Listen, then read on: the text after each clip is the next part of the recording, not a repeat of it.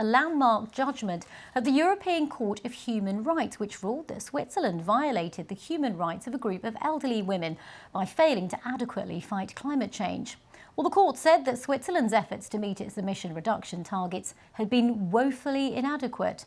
The judgment also ruled that the women had been denied access to justice, as their case had been rejected by all Swiss courts. Well, we recently heard from the Swiss President Viola Amherd, who said sustainability, biodiversity and net zero are very important to Switzerland. She said the country would continue to keep working on them. Well, that came as 2 other cases were ruled inadmissible. Now, in those, 6 Portuguese youth and a French mayor were also attempting to force their governments and others in Europe to take more ambitious action to fight climate change. Well, in a moment, we will hear from a climate change lawyer. But first, let's have a listen to climate activist Greta Thunberg, who shared her reaction to today's verdicts. Today's rulings make very clear that the European states have a legal responsibility to take real climate action and to protect people and to protect its citizens. It cannot be a political choice whether to respect human rights or not. Greta Thunberg there. Well, Tessa Carnes, an international climate change lawyer and the executive director of Uplift. It's a climate campaign group. I spoke to her earlier about these cases.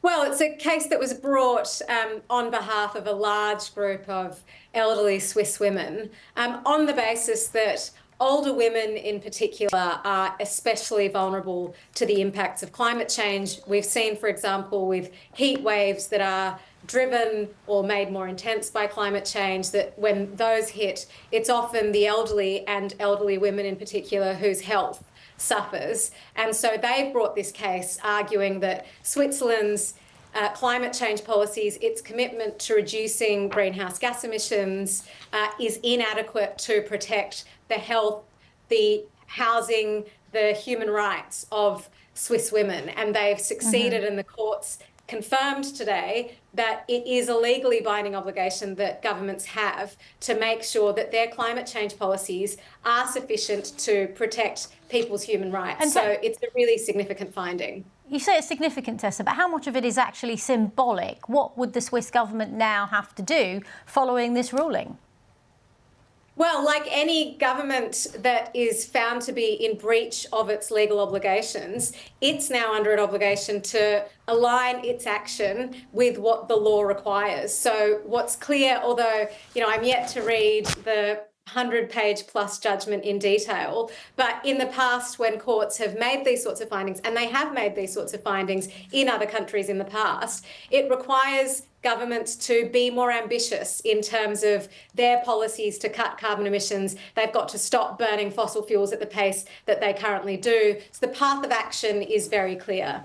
And Tessa, it wasn't all good news for people filing those cases today. We had some young people in Portugal and a mayor in France whose cases were ruled inadmissible. Once again, if you could just tell us a little bit about those 2 cases. Yeah, certainly. So the case on behalf of Portuguese young people was brought again because there was real concern that the way that the impacts of climate change have been playing out in Portugal, which is, increasingly intense and frequent wildfires, heat waves, those are having really tangible impacts on the lives and on the health of young people in Portugal. And so, again, they've argued that it's a breach of their human rights. In this instance, the court didn't make any finding as to whether or not the Portuguese government or any other European government is in fact breaching their human rights. They simply made a finding that those young people should have ventilated that claim. They should have gone first to courts in Portugal before going to a higher court, which is the European Court of Human Rights. So they didn't actually engage with the merits of that argument at all. They simply said that it wasn't the right forum in which to hear that claim.